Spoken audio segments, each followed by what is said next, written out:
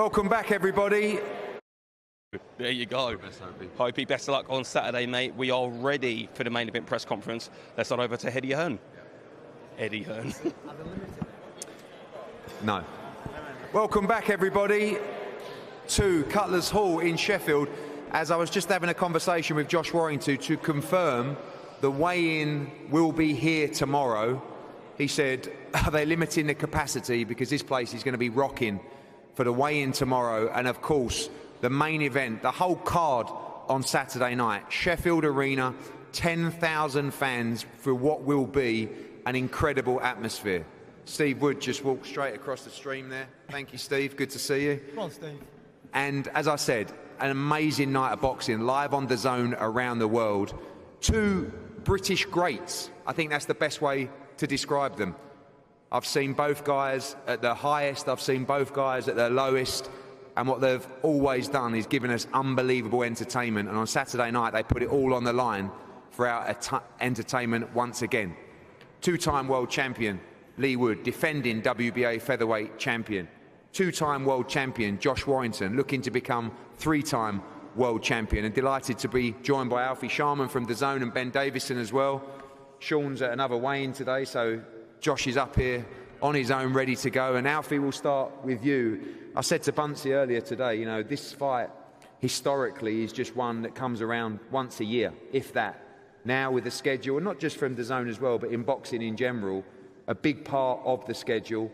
Of course, another double-header on Saturday night. You've got your friends KSI against Tommy Fury next week, Catterall and Ares coming up, Oshaki Foster against Hernandez in Mexico, Joe Caldina November 4th. November 11th will be announced on Saturday. November the 18th, Pacheco against Caceres. 25th, Chantel Cameron against Katie Taylor. December 2nd will be announced shortly as well. A huge British fight card again. December 9th, Haney against Prograis. December 16th, Sonny Edwards against Bam. I'm sure we'll nail December 23, Ben Eubank. Other than that, I've done your job for you. Ready for a big night on Saturday. You've done my job, yeah. That's the schedule. Look, I mean, look, yeah. Thanks for running through. I mean, we're incredibly proud to be part of such an amazing schedule, delivering it to our customer base. This event on Saturday, can't wait for it. You've got two greats, as you said, one of the biggest domestic shows out there, fighting men with fighting cities behind them. 12 rounds for a world title. Wish them both the best of luck. To your point there, you know, some amazing fights coming up. Most of which in the UK, part of your DAZN subscription, which is incredible value, continued commitment from us to provide the best value to boxing fans, and we truly believe that our current schedule is unrivaled in the business worldwide. Ryan Garcia announced a couple of days ago as well. I'm not going to relist the shows that you just went through, but you know, as a fan myself, unfortunately working for DAZN, it's a great moment for us. Saturday, best of luck, as I say, to both fighters. We've got you covered. Obviously, enjoy the undercard, the pre-show. Got you covered the same night, West Coast, Zurdo Ramirez versus Joe Smith Jr. as well, so you can have a full 24 hours of boxing. So yeah, make sure you tune in on Saturday, live and exclusive on DAZN. Thanks, Alfie. Before we go to the fighters, Ben, I'll start with you. Both guys looking really, really well in the face. I think, you know, a couple of days out, we know there's some hard work to do before Friday, tomorrow, but you can generally tell when people have had great camps, people are healthy, and looking at Leigh certainly looks great. Josh looks great as well. Going to get a classic on Saturday. Yeah, they're two ultimate professionals, and they're not the type of guys that are going to have a push and a pull, pardon the pun, but they are two guys that every single time they step through them ropes bring the heat, and there's a lot of mutual respect, as it should be. But we're under no illusions that Josh is a tenacious MF when he gets in there, and you know, with the atmosphere and everything involved, and the two fan bases, and it's rare that you get two fighters that do thrive off the atmosphere. I just think all roads lead to an absolute barnstormer. I guess a lot of people are debating the styles, what might happen in the fight, but some people also talking about the activity. You know, some people saying Josh Warrington's been fairly inactive, but he's going to be fresh going into this fight, and Leigh Wood has been active, and he's going to be fresh going into this fight. It's definitely the fastest turnaround you've had for a number of fights now. How have you found that, as opposed to, you know, the dull periods of inactivity for Leigh? again, because both guys are two ultimate professionals, I'm sure Josh doesn't spend too much time out of the gym. Leigh certainly doesn't spend too much time out of the gym. I don't think those things are too much. You can read into those things too much. I think that both guys are more versatile than they're given credit for. So I think there's lots of potential scenarios and outcomes in the fight and how the fight might play out. But as I said, I truly do believe that all roads lead to an absolute barnstormer. I just think once it catches fire, I think, I think it's going to be one for the history books. Thanks, Ben. Josh, challenger this time around. Just the most remarkable career. I mean, everybody knows the rise, the story, the comebacks. One thing that I've seen from both of you guys in the run-up to this fight is it's almost that you kind of both feel offended that you're not the big favourite going into this fight. I think sometimes we look at Leigh Wood's history and everything you've done in the sport, but then we look at what he's done recently versus your run of fights, etc. And the debate rages on, but just see massive confidence from you going into this fight. Yeah, I'm certainly not offended. I'm not offended.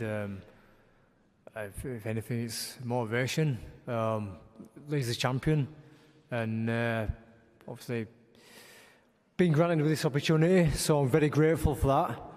But yeah, I think it's what does annoy me is the thing of you've written off and people have written me off already that I've finished, and that does give me a bit between my teeth. Forget like last year, absolutely dominated Kiko Martinez in 7 rounds, and then I dominated the second half of the Lopez fight. Obviously, everyone keeps on talking about how well he's gone on since that one. But yeah, man, I'm hungry, and I feel like I haven't had this kind of hunger and bit between my teeth in a long time. And throughout this camp, and throughout this year, to be honest with you, my head has been in a very good place, been very, very focused, and I feel the only time that I've suffered an L has been because of my mindset. Physically, I'm always in great shape, live in the gym, obsessed with training, but it's always, I always think it's mindset what's let me down in the past. I guess when they make that debate, they talk about what both fighters have left, but what you might have left. How do you feel?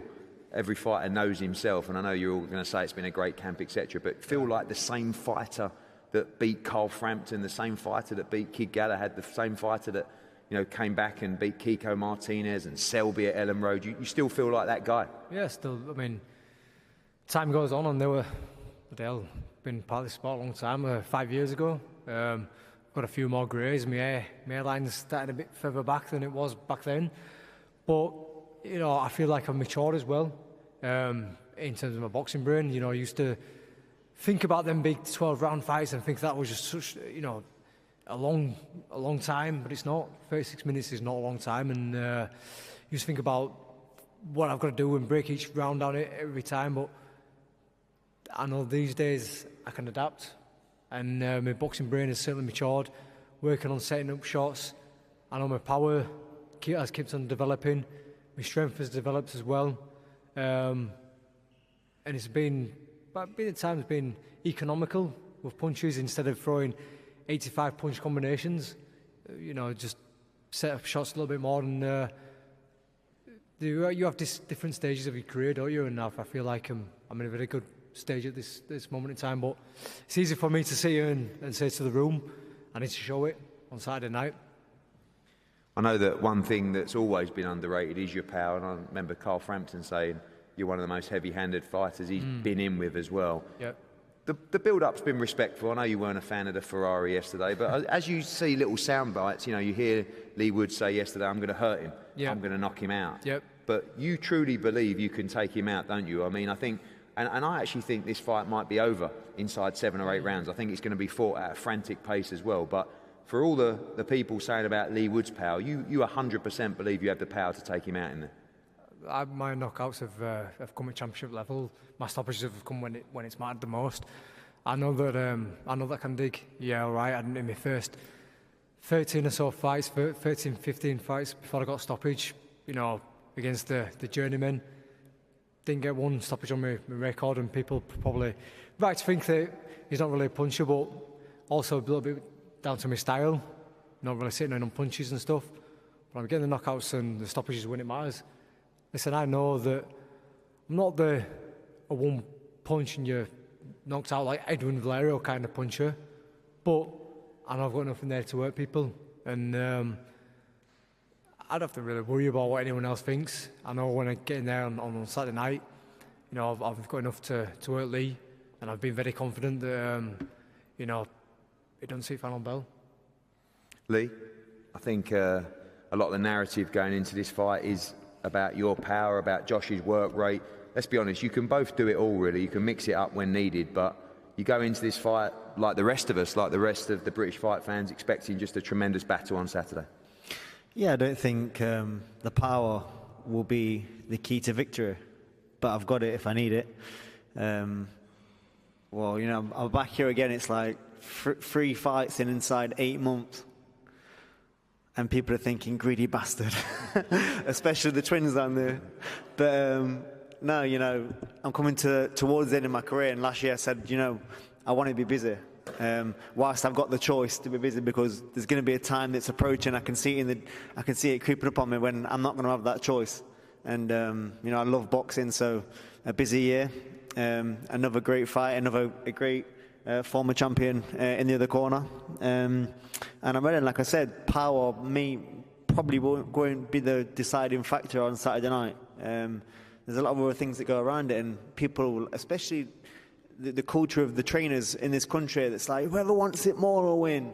Whoever is the strongest and hits the hardest will win. Whoever is the fittest will win. It's a load of bollocks. And as my team is slowly coming and changing the game, and there's a lot more to boxing than what people see, and my perception's changed since being down with Ben, and you will see that on Saturday night.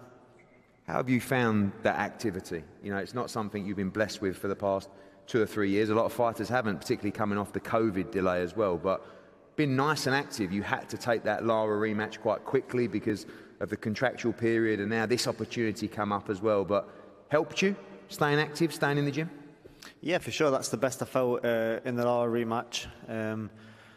Like I said on the night, I could have gone back in with Lara 10 minutes later, and I felt like I could have won. I knew the mistakes I made. I knew the adjustments I had to make. It was a very frustrating night in Nottingham, packed with my own fans, and yeah, the fast turnaround suited me. And again, you know, I've had a little break, a little holiday, a little switch off, straight back in the gym, and here we are. It's coming around literally like that. I know you always want the big fights, and you know, someone said to me earlier, I think it was Addy from DAZN, who said, you know, who's got the best wins on the resume?